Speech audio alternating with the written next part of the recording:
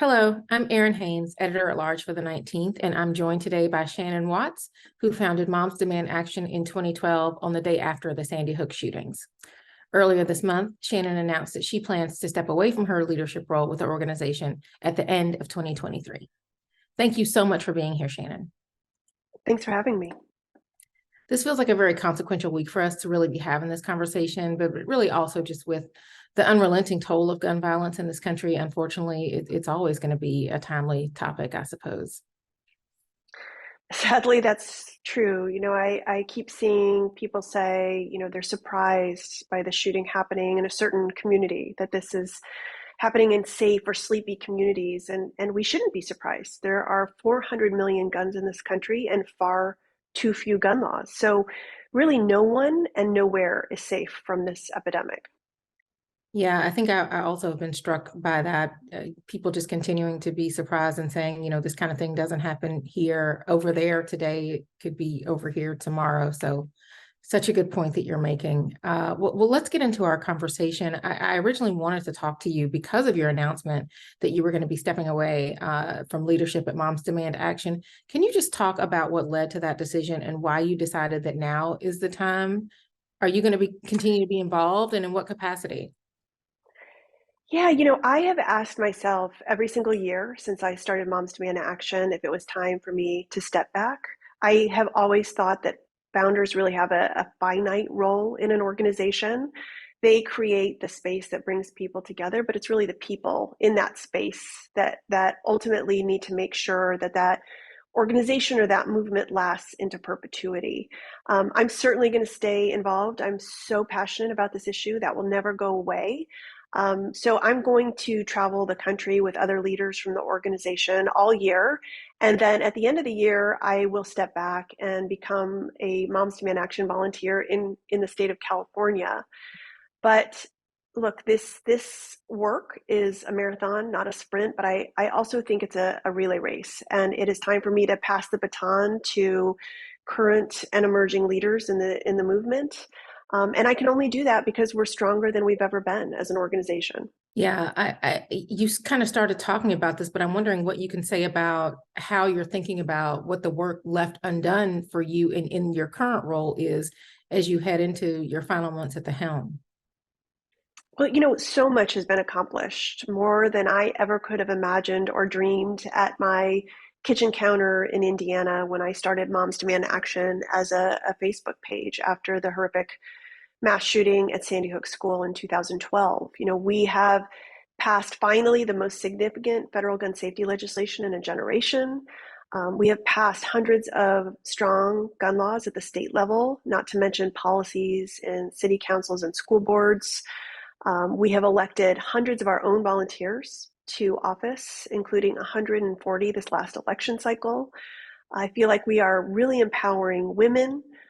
We are creating meaningful partnerships. We are educating families about secure storage. So I think that so much has been done at making sure that we're looking at this issue more holistically, that it's not just mass shootings, it's not just school shootings, it's the daily gun violence that wounds or kills 300 people.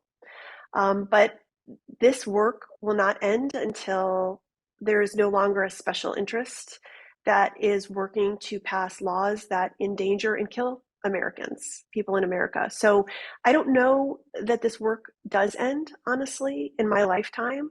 But that doesn't mean we don't do it. It means we recommit and that we get bigger. We're 10 million strong right now. We're twice as large as the NRA. But look at Mothers Against Drunk Driving. They're still in existence today. They're still protecting the wins that they have. I think this work will go on for a while.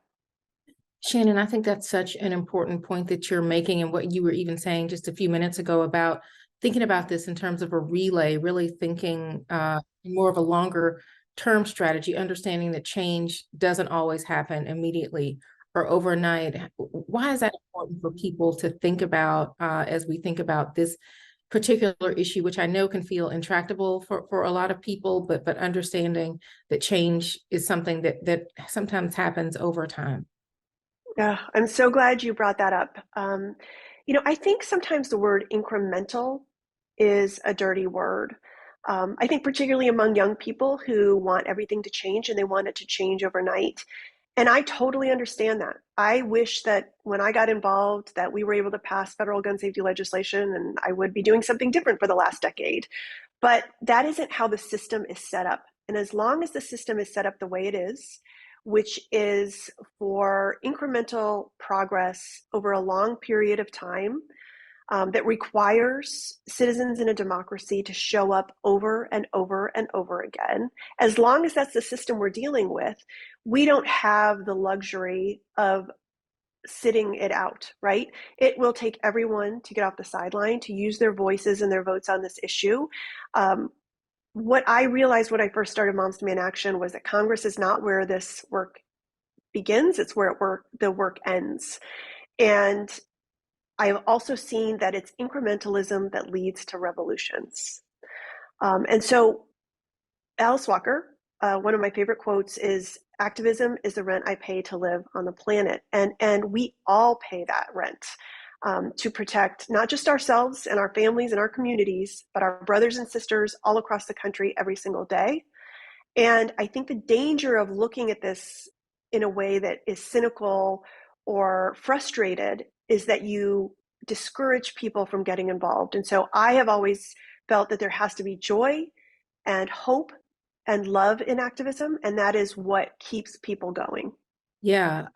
Well, I feel like I was watching your Twitter feed even before the events of the past couple of days, and this week just felt like a bit of a microcosm in terms of how we think of the gun debate. Talk to me about your week. You were in Arizona working with the new administration and state legislature there in an event that looked very promising. And then, on the same day, you're responding to the Monterey Park and Des Moines shootings. And then within hours, the Half Moon Bay shooting happens. Yeah, I think you're right that it is sort of a microcosm these days. I woke up this weekend to news of horrific mass shootings, and it feels like it just hasn't stopped. Whether it's 2 students killed in Des Moines or 11 people killed in Monterey, people shot in Oakland and in Half Moon Bay, and on and on and on. The hope that feeds my activism is by going to events like in Arizona, where I was surrounded by hundreds of Moms Demand Action volunteers and advocates who stopped 6 bad gun bills last year. They're within one lawmaker margin in both the House and Senate of having a gun sense tie and eventually a majority.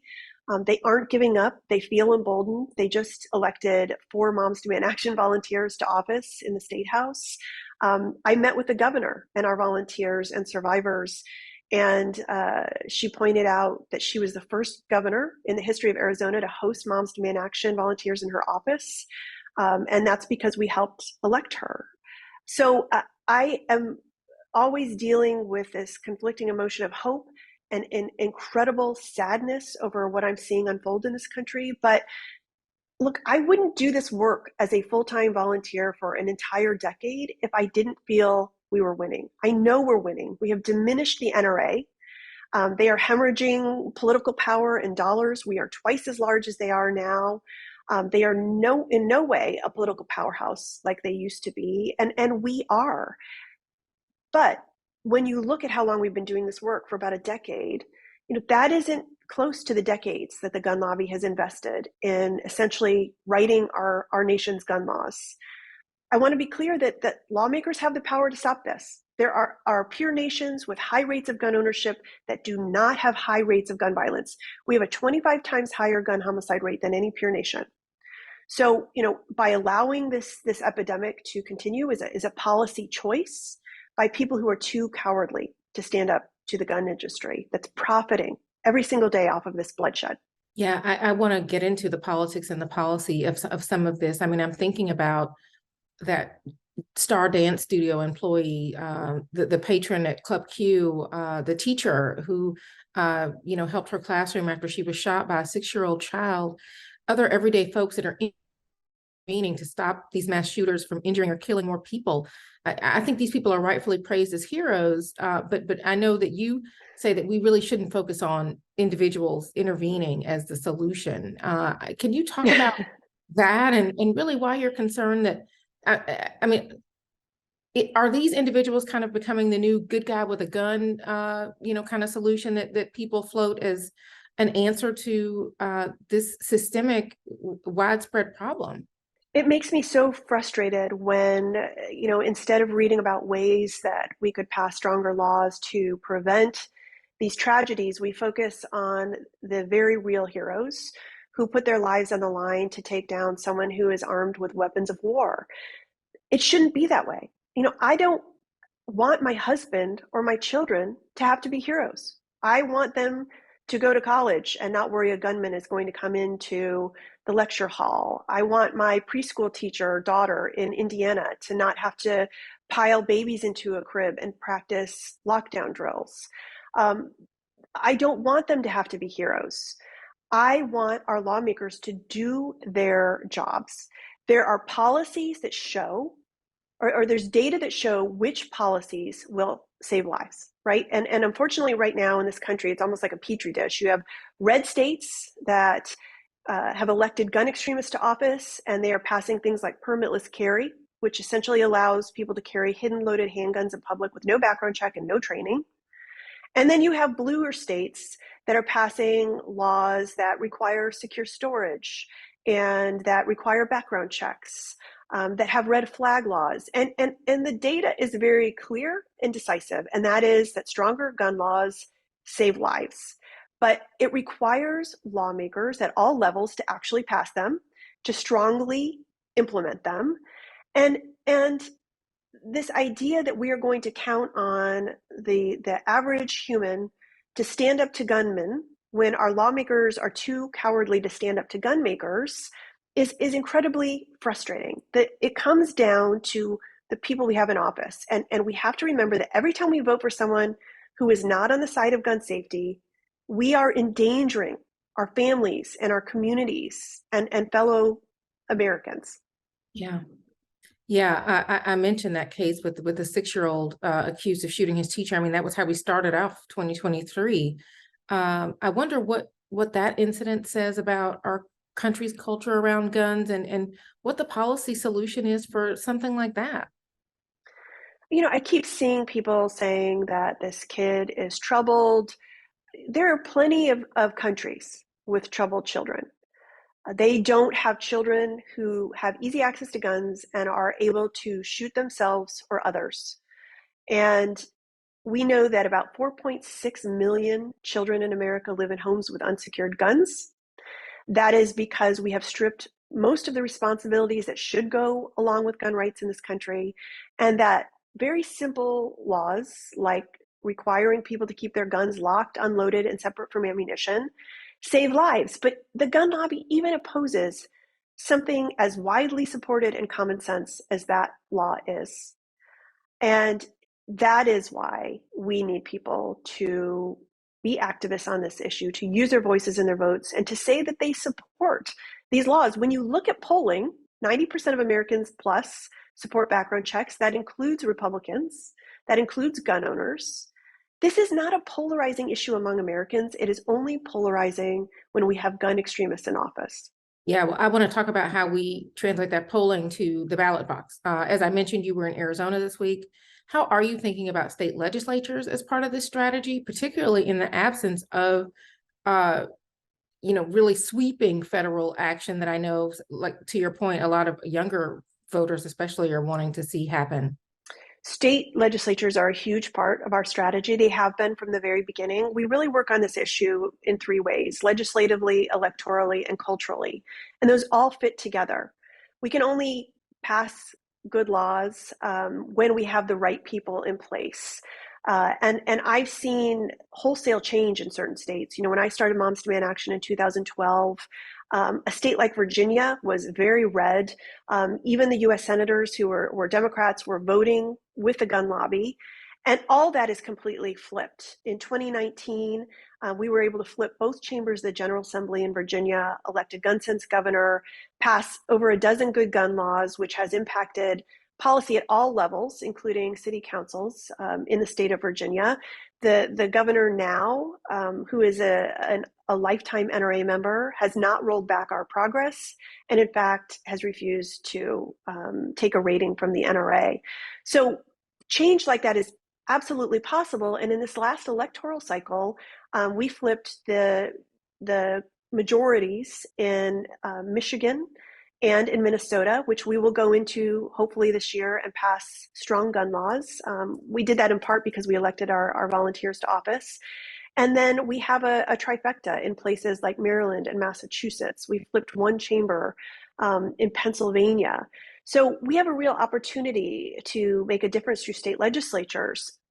It goes back to incremental change, right? And showing up in every election cycle.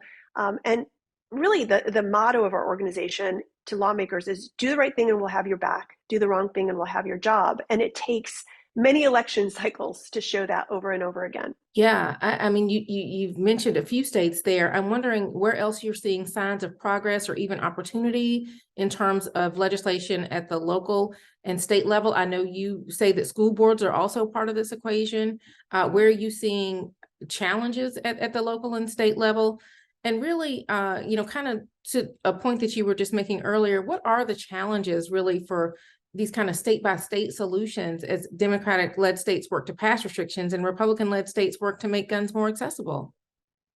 Yeah, I mean, we are getting to the point where people are safer in blue states than they are in red from gun violence because of the laws that are either being passed or stopped.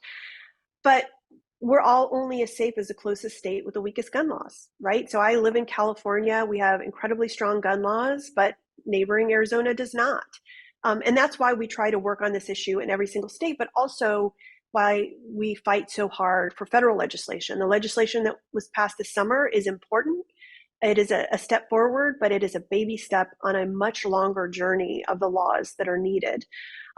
It's been interesting to watch the way that this issue has unfolded over the last decade.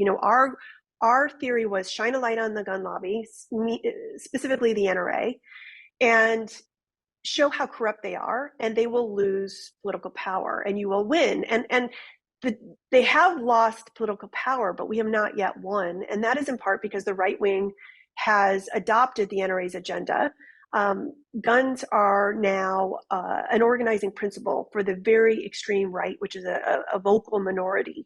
And they're a way to get people in the door. They're a way to raise money. They're a way to excite the base around issues that have nothing to do with guns. And we've seen that play out in city councils and in school boards. We have seen people who are armed show up at school board meetings to try to intimidate people into silence. When I talk about training our own volunteers and survivors to run for office, that does include those more local positions, because what happens when you have a gun sense majority is that you can pass life-saving policies even at the most local levels of government. So for example, secure storage is something that we've talked about in this conversation. And when you send information home with a student telling their parent that if they're gun owners, they need to keep their guns locked, unloaded, and separate from ammunition. When we tell parents, you need to ask when you send your kid to a family or friend's homes if they have guns and how are they stored, that saves lives. We were able to pass policies that require that information to be sent home with student families to just over 3 million student families through school boards alone. This last year, we passed a first of its kind piece of legislation in the state of California that requires that information to go home with every child in school. And so now we've expanded that base to over 8 million student families. So there's certainly a battle that's going on, I think, at the local levels of government. But it's important that we're training people to run for those offices, that they're taking those offices, and we're paying just as much attention to those elected offices as we do Congress and state houses. Yeah. You mentioned Congress and the action that did happen at the federal level after the Uvalde shooting. What would you say are the prospects for more federal gun reform in our current climate? And I also wonder how concerned you might be about the Supreme Court's role in weighing in on this issue. We're always hopeful. We're always working on federal legislation. There was an assault weapons ban that was introduced yesterday in the U.S. Senate. I think every time there are tragedies or many tragedies in a row, that's frankly why the Bipartisan Safer Communities Act. It was after the shootings in Buffalo and Uvalde. And we held many rallies. We forced over 1 million calls into the Senate. And we were able to get bipartisan support for this legislation. Again, if you go back to 2012, when I started doing this work, about a quarter of all Democrats in Congress had an A rating from the NRA. Today, none do. They proudly wear their F grades as pins on their lapels. So that's a sea change in American politics, and it's why we're able to make more progress.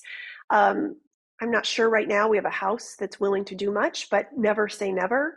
But we don't put all our eggs in that one basket. We are always working at all levels of government to force policies through that will save lives. And the Supreme Court. And the Supreme Court, certainly, sometimes it feels like 2 steps forward, 1 step back. I can remember I was getting ready to go to the White House to celebrate the passage of the Bipartisan Safer Communities Act when I got a call from our comms team and said, the Supreme Court has just ruled on the Bruin case. I think some people are using this as a way to say the sky is falling. The reality is it really impacted the permitting systems in about 6 states. 4 of those states have acted and not only tightened their permitting systems, but have gone a step further in many cases. Appeals courts have held up many of those rulings. The Supreme Court seems to not want to get involved in pushing back on the changes that those states have made. And I think that this next legislative session we have 2 outstanding states, Maryland and California, and it shouldn't be an issue to pass the laws there that undo some of that damage. So is it a challenge because we had a president in office for 4 years who appointed gun extremists as judges? Yes, but we can undo that damage. It goes back to this idea of being a marathon, not a sprint. You're also active with Emerge America. I know that, which recruits and trains women for elected office.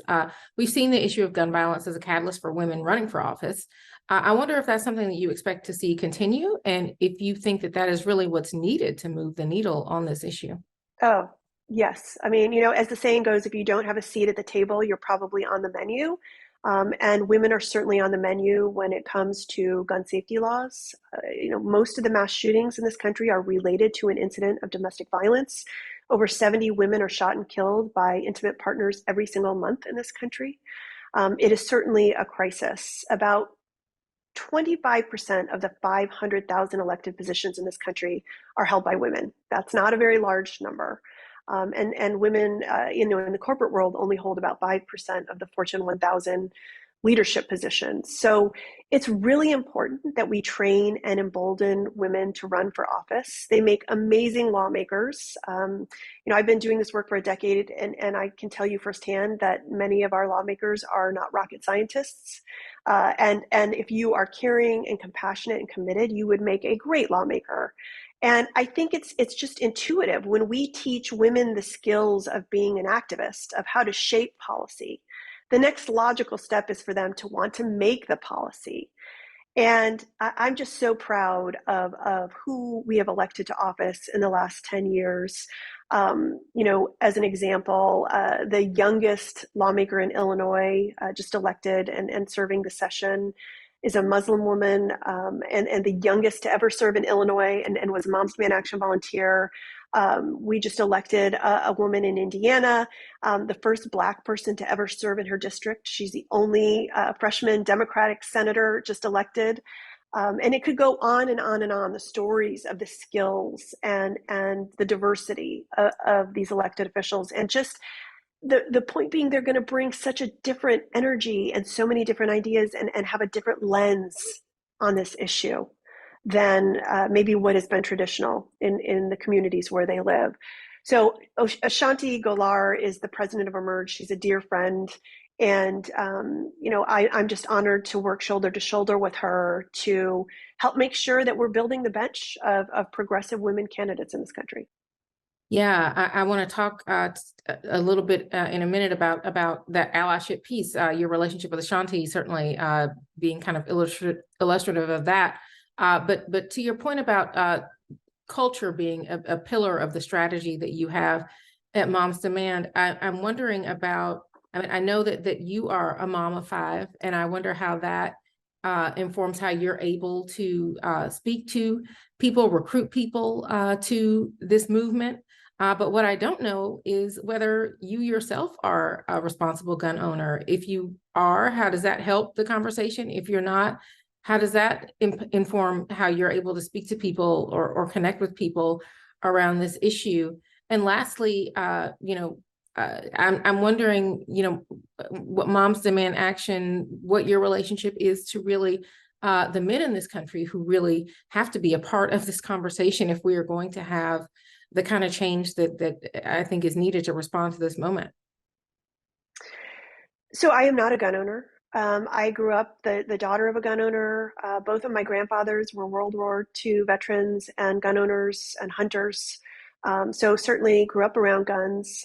I don't own a gun because the data shows me that having a gun in your home is more likely to make you less safe. And as someone who has a son, a younger son, like that is just not something that I ever would want to risk, whether it's an unintentional shooting or a suicide. But there are plenty of gun owners in our organization, many of our volunteers or their partners. We are not opposed to the Second Amendment. We support it. We simply want to restore the responsibilities that should go along with gun rights. When I started Moms Demand Action, it was because I was afraid my kids weren't safe in their schools. White suburban mom living in a bubble, didn't know much about the gun violence crisis in this country, just knew that I was scared. Obviously, I have learned so much and realized that this is a much more insidious and holistic issue, a very complicated issue that has to be treated in a whole variety of ways. That you don't just, for example, ban assault weapons and think the problem is going to go away, right? You have to unlock dollars for community violence intervention programs. Yes, you have to pass good legislation and stop bad, but you really have to understand that it presents in so many different ways: gun suicide, gun homicide, unintentional shootings, domestic gun violence, and on and on. You asked about the men in this country, and I do think it's important to have conversations with men. And there's nothing that makes me happier than to see men in Moms Demand Action shirts. I get asked a lot, why didn't you call it Parents Demand Action? And really the reason goes back to the conversation we just had about women being underrepresented in this country. Once we have parity, maybe the name changes, but I think that men get to lead in a lot of ways. And certainly men are the lawmakers who helped get us into this mess. I do think that having an organization like Moms Demand Action, where yes, we do the unglamorous heavy lifting every single day of activism, including, getting venues for events and setting up chairs and making snacks, but we also get to set the strategy and take the spotlight. And there are a lot of men who join us and are perfectly happy to be led by women. But I think those conversations are important, and we have veterans in our organization and many men. But my vision and my goal with this organization has been to embolden women. Yeah, I think that's such a great point. I want to talk about just the community that you've been able to build over the past decade with Moms Demand Action. It is diverse, racially, geographically. It's intergenerational, and I wonder if you can just talk about why that matters, particularly as we're seeing again these events unfolding from Buffalo to Uvalde to Monterey Bay, folks showing up for each other in this moment, even if, again, it's not their community today, why that matters, how, if at all, you've seen that change too over the past decade. We actually ask our volunteers, and to be clear, I'm a full-time volunteer. We ask them, what makes you come to this work and what makes you stay? And there were two specific things. One is that they feel we're winning, which we are. I wouldn't wake up and do this work every day as a full-time volunteer if we weren't winning. um, and we celebrate wins, right? Because we know that, and we also have this motto of losing forward. It's this idea of, yes, you're going to lose in activism. We win more than we lose, but you are going to lose when you take on one of the wealthiest, most powerful special interests that's ever existed. But how do you learn so that you don't lose the next time? We call that losing forward. And so winning is number one, that they feel they're spending their time in a way that is saving lives. And the number two reason that volunteers come and stay, which is the important part, is because they feel a sense of community, that they value working shoulder to shoulder with survivors who are nothing less than heroic. These people have been through the worst one can imagine, and they're turning that pain into purpose. And they just feel like they find their people, fellow advocates. And I've seen this most frankly in red states, where they know they're up against a really difficult fight. They know what they're in for, and yet they feel empowered because they have found people, perfect strangers that they didn't know before, that feel like home to them. And there's so much joy and love and hope in the activism. I travel all across the country, and I can't tell you how many times I've met women in particular who say, this is my friend so and so, and I think they've known each other their whole lives, and I find out they've just met through Moms Demand Action, and they will be friends for their whole lives. And it's just it is almost like touching the divine. I'm not sure how else to explain it, but when you feel like you've seen the very best of humanity, you want to stay involved. Mm. Yeah. And we've talked about turning that activism into action, particularly at the ballot box. What should voters really understand about their role in the push for gun reform? And that's up and down the ticket, as I know you emphasize. It's frustrating to me when there are horrific shooting tragedies in the news, and then it feels like the attention goes away. And that is the point of Moms Demand Action, is to sustain the attention to this crisis and to make sure when it comes time to vote that Americans don't forget what is happening in their country just because maybe it hasn't happened recently in their community. If we don't all get off the sidelines and use our voices and our votes on this issue, it is very difficult to make traction. We have to stop voting for lawmakers who oppose gun safety. This is my number one voting issue, right? I am a single issue voter because if my family isn't safe, if my community isn't safe, if my country isn't safe, then everything else is unimportant to me. That's sort of the foundational level of what should matter most to all of us. And we have certainly made that a priority, right? We know that when women in particular go to the polls, that this issue is a priority, particularly Black women when they go to the polls. But it has to be the same for everyone, regardless of political party. That needle is moving. I mean, we could give you so many examples, including the Bipartisan Safer Communities Act passing, this summer. I'll just give you an example. When I started Moms Demand Action, there was a bill that was put forward called Manchin Toomey. And it was a bipartisan bill that would have closed the background check loophole, meaning that if you're an unlicensed seller, you couldn't sell a gun without performing a background check. Right now, that's a state by state law.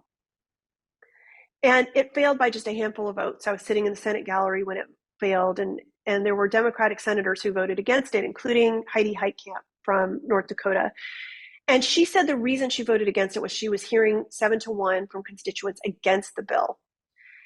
And I just sort of made a mental note, which is, I never want to hear that from a lawmaker again. Like, our organization has to make sure that lawmakers are honest about why they're voting against something, right? They hope that they'll have the protection from the gun lobby in the next election. That's the bottom line. And when the Bipartisan Safer Communities Act came up, Senator Todd Young, who is from Indiana, which is where I lived when I started Moms Demand Action, he's a Republican, and he said he was going to vote for the Bipartisan Safer Communities Act because he was hearing from his constituents 10-1 in favor of the bill. That's a seismic shift in American politics, right? A sea change that a Republican would say, I am voting for this gun safety legislation because I am hearing 10-1 from my constituents for it. And look, he got reelected handily. I really think that is the key to forcing change. One more anecdote, which is we just elected 4 of our volunteers to office in the state house in Missouri, a very tough state for this issue. And I was just there, and they were telling me, they were campaigning, and that when they knocked doors, people were saying, put your signs in my yard, even though they were Republicans, because they were afraid their kids weren't safe in their schools. So I believe there's strength in numbers, and as soon as we have more people refusing to vote for anyone who stands against gun safety, then we will win. Yeah, and to your point about strength in numbers, I certainly have asserted in the last few election cycles that women were going to be the deciders of the election.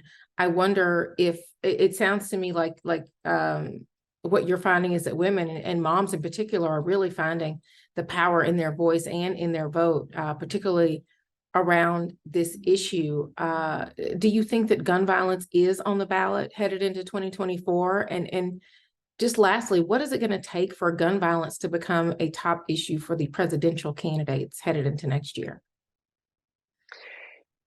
I think women are the secret sauce to organizing. I mean, that's pretty intuitive, all the way from prohibition up to, the water crisis in Flint, Michigan. When women get involved, they force change. They are unstoppable. Whether we like it or not, women are seen as the protectors of their families and their communities. They have a certain moral authority that goes along with that. Again, you can say that's anachronistic, but it's also pragmatic. Lawmakers who are men are scared of women and their moms.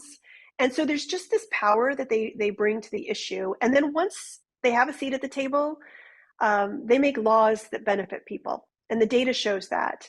I'm thinking of one lawmaker, Joella Hoy, who I went to an event at her home. She was the chapter leader in Kansas for Moms Demand Action. I said, you really are brilliant. You should run for office. She took that into account, and she filed and ran for office and won. And she was on the front page of the New York Times when Kansas was able to stop a ballot initiative that would have outlawed abortion in the state. And she was at the forefront of that effort. So she was elected on the issue of gun safety, but she's doing all kinds of amazing things in the state.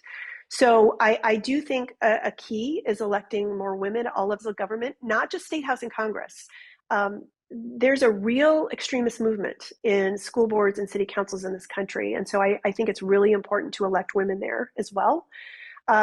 In terms of 2024, gun safety has become more and more of an issue in every single presidential election. Certainly, Hillary Clinton was someone who was good on this issue and has credited Moms Demand Action volunteers as being out front for her and helping her in her campaign. I think it's a tragedy given the outcome of that election and what could have happened on this issue had she been in office. But when President Biden was running, the same thing could be said about Moms Demand Action volunteers. He included us in his campaign every step of the way, has credited our volunteers for helping him win. And the Biden-Harris administration has done more on this issue than any administration in history. They have been so excellent on this issue, from the angle of executive orders all the way to signing legislation and appointing people finally to ATF positions. So yes, I absolutely think, especially given the tragedies that just never seem to stop, that this will be an issue, not just for Democratic women, but I think Republican women too. I think Moms Demand Action volunteers will certainly be at the forefront of that electoral cycle.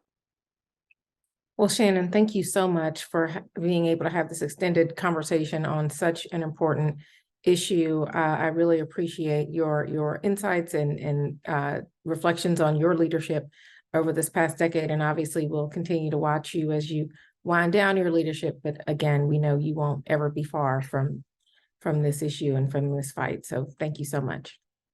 Thank you.